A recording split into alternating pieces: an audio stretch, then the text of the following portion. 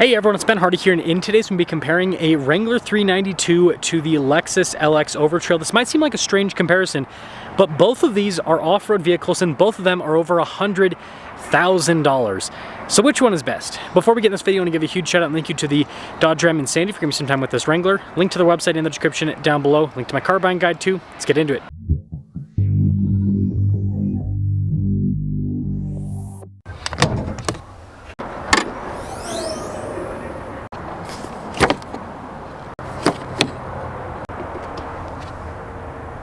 Powering the Lexus is a twin-turbo 3.4-liter V6 that is paired to a hybrid and a 10-speed automatic transmission.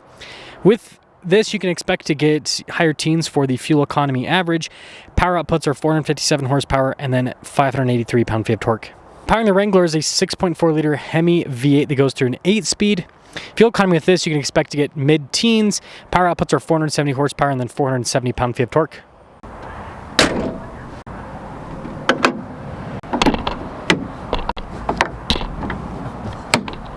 Before we move forward with this comparison, I do want to mention if you want to see more videos just like this, then I recommend you subscribe because I post content every single day. Starting with the Lexus, I think we can all agree that this has a front end that only a mother could love. I mean, the lights look cool, the hood looks cool, it's just the grille.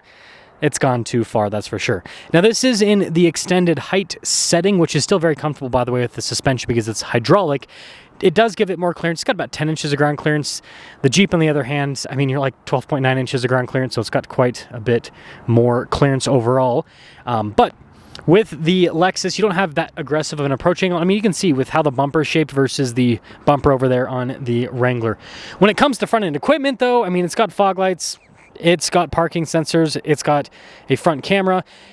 The Wrangler has all of that, plus we've got a winch integrated from the factory, and you've got the hydro guide there at the top, which looks really cool. And just the Wrangler in general, I think we can all agree, even if you don't like the green, just a better looking car. The Wrangler comes with 35s from the factory 17-inch wheels. The Lexus has 18-inch wheels, and these are just under 32s. Now, something to note, the Lexus can fit 35s. 34s are kind of like the best route to go in terms of fitment overall. So you could put more tire underneath the Lexus, which would give it a bit more clearance as well. Now the Lexus comes with these fancy side steps and these fancy painted fender flares. The Jeep has rock rails, but it also has fancy painted fender flares, so it's not like it's not fancy at all with stuff. Anywho, the Jeep has a solid front axle. It is coil sprung. The Lexus has independent front suspension. Then the Jeep has a solid rear axle. That thing's beefy looking. The Lexus also has a solid rear axle, which it's also pretty beefy looking. Here's your side profile with the LX. And then here's your side profile with the Wrangler. With the Wrangler, the storage area isn't massive. Everything in the vehicle is pushed up for clearance. But you do get the Alpine sound system, and you've got the cool cage that's painted to match. But yeah, you are definitely not going to have a crazy amount of storage back here. And when it comes to the Lexus, it is better, but it's not like a night and day difference, and that's because we've got a hybrid battery which pushes up the floor, but you do have more depth to the space overall because the Lexus is a bigger vehicle by, I think, about 10 inches, roughly, if I remember right with the specs. And then you also have an outlet here in the back, and you can get the Lexus with a third row, which the Wrangler doesn't offer that. Now, Jeep mounts the spare tire here on the rear of the Wrangler. You've got the upgraded steel bumpers. You notice this has a lot of upgraded off-road equipment from the factory. You got a recovery point there as well. And again, that just looks cool. It's got the signature off-road look. The Lexus mounts the spare tire underneath there, and then you just have a fancy kind of normal plastic painted bumper. I guess plastic's not all that fancy, but the plastic they use for the Land Cruisers is actually pretty nice. Anyways, there's kind of the rear. Now inside of the Wrangler, I actually have pretty good space, and the seating position's nice. Vents here in the back, we got window controls, we got an outlet, and then this has these nice upgraded seats with the V8 version, and there is top insulation that's supposed to help out with sound deadening, and then you've got nice trim here on the door panel. Now surprisingly, you actually sit kind of lower in the Lexus, and what I mean by that is like the seat is lower in conjunction to the floor, and the space isn't really any bigger than the Wrangler here in the back. Now we do have vents here in the rear. We've got heated and ventilated seats. We've got our own climate zone, so a little bit more luxury. And then the seats themselves, I mean, again, you've got really nice trim. I mean, look at the door panel as well, so a lot fancier, that's for sure. Now I've got more nice trim here on the front door panel with the Jeep. You've got blind spot ring with the mirrors. If you're wondering, 850 is the payload, and this weighs about 5,600 pounds. And then here's the front seat, Rubicon 392. Power adjustments there on the side. You got your light controls. Getting in, you got to step up a bit, but not too bad. That's pretty cool. The door makes a nice sound when you close it. Paddle shifters here on the back. You got a nice steering wheel. We've got our adaptive cruise controls here, and then you can see we've got a partially analog, partially digital gauge cluster with this. The digital element there in the center will show you basic vehicle information. This has a front and a rear camera. And then the infotainment system, you've got stuff like your climate controls. It says heated seats, heated steering wheel, dual zone climate. You've got your off-road cruise control, a bunch of physical buttons for stuff like the climate and everything, the exhaust to make it louder or quieter, opens and closes the valves. And then you've got a little charging port area here, 4 auxiliary switches.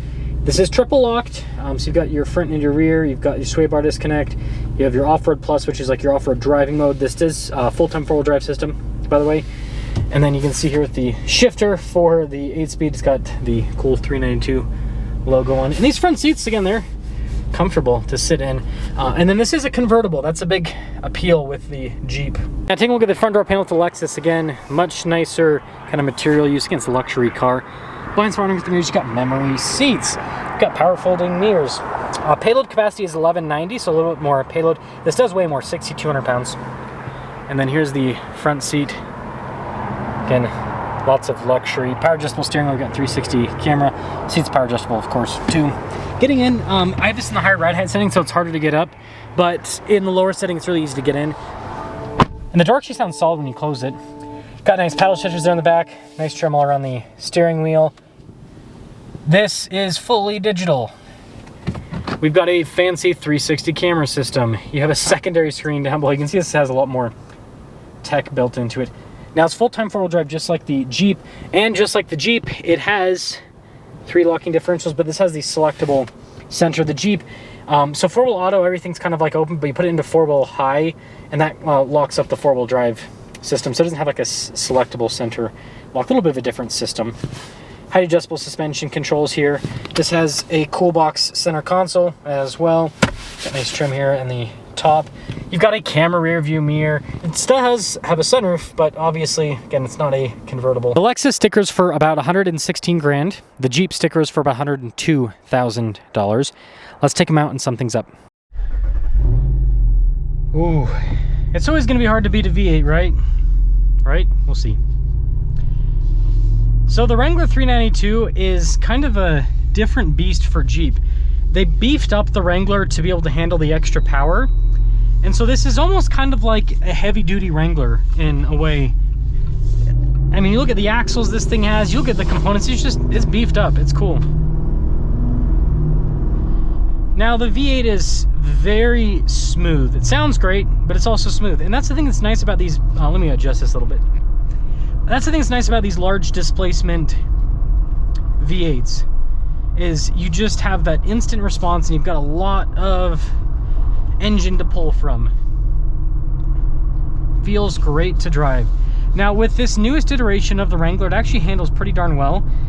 They fixed the whole rear axle situation in this to make it so it's not so, it's still, you know, a top heavy vehicle, but it's not as tippy feeling, and it goes around corners a little bit better, which is great. And having those 35s means the suspension is going to be a bit more comfortable. Now this just has a pretty normal like shock setup. Like this is a very simplistic setup. You just have normal fixed shocks. They're not adjustable or anything like that. Jeep kind of leaves that to the aftermarket world. Yeah, the turn-in's actually really good. And it sounds great. Absolutely fantastic.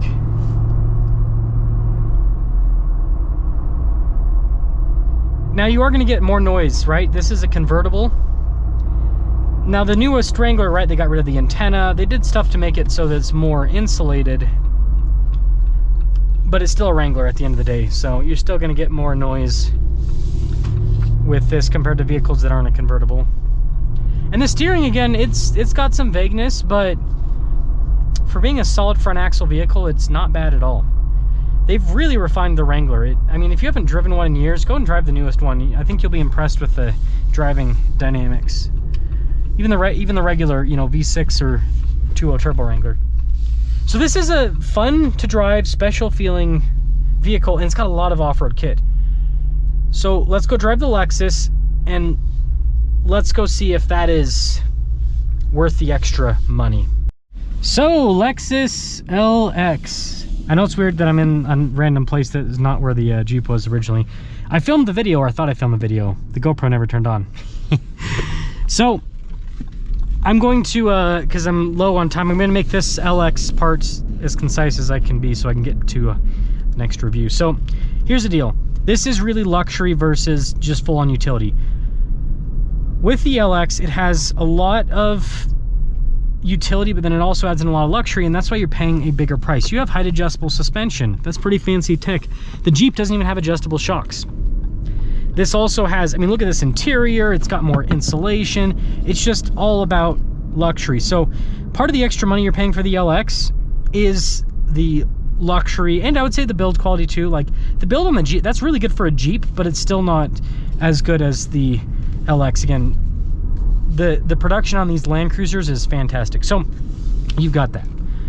When it comes to off-roading, this is triple locked. Now it doesn't have as much articulation as the Jeep because it's not solid axle in the front, but for the off-roading that most people do, this will be capable enough. And I mean, let's be honest, most people are not going to take either of these off-road, but yeah, if you do some off-roading, this is going to hit a limit before the Jeep hits a limit, because this doesn't have as good of angles and it doesn't articulate as well. Now I would say that acceleration wise feels pretty similar to the Jeep, pretty similar, but yeah, it doesn't sound nearly as good. It's definitely a lot more boring with the sound.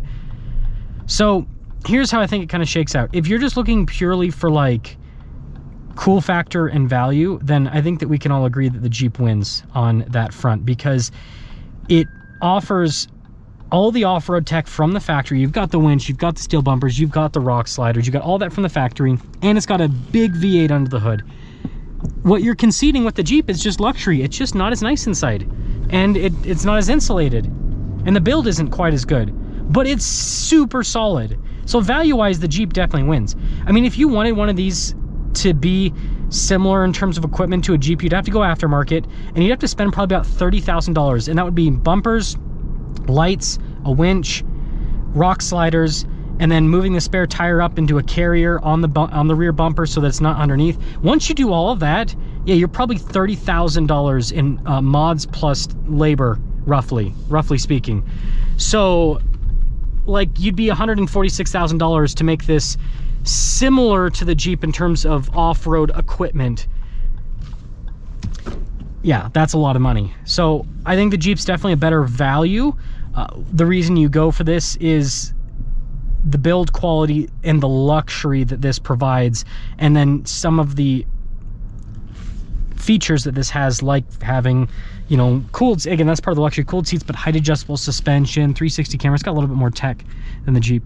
So that's really what you're paying for with this. You're paying for more luxury, you're paying for more features. So let me know which route you'd go.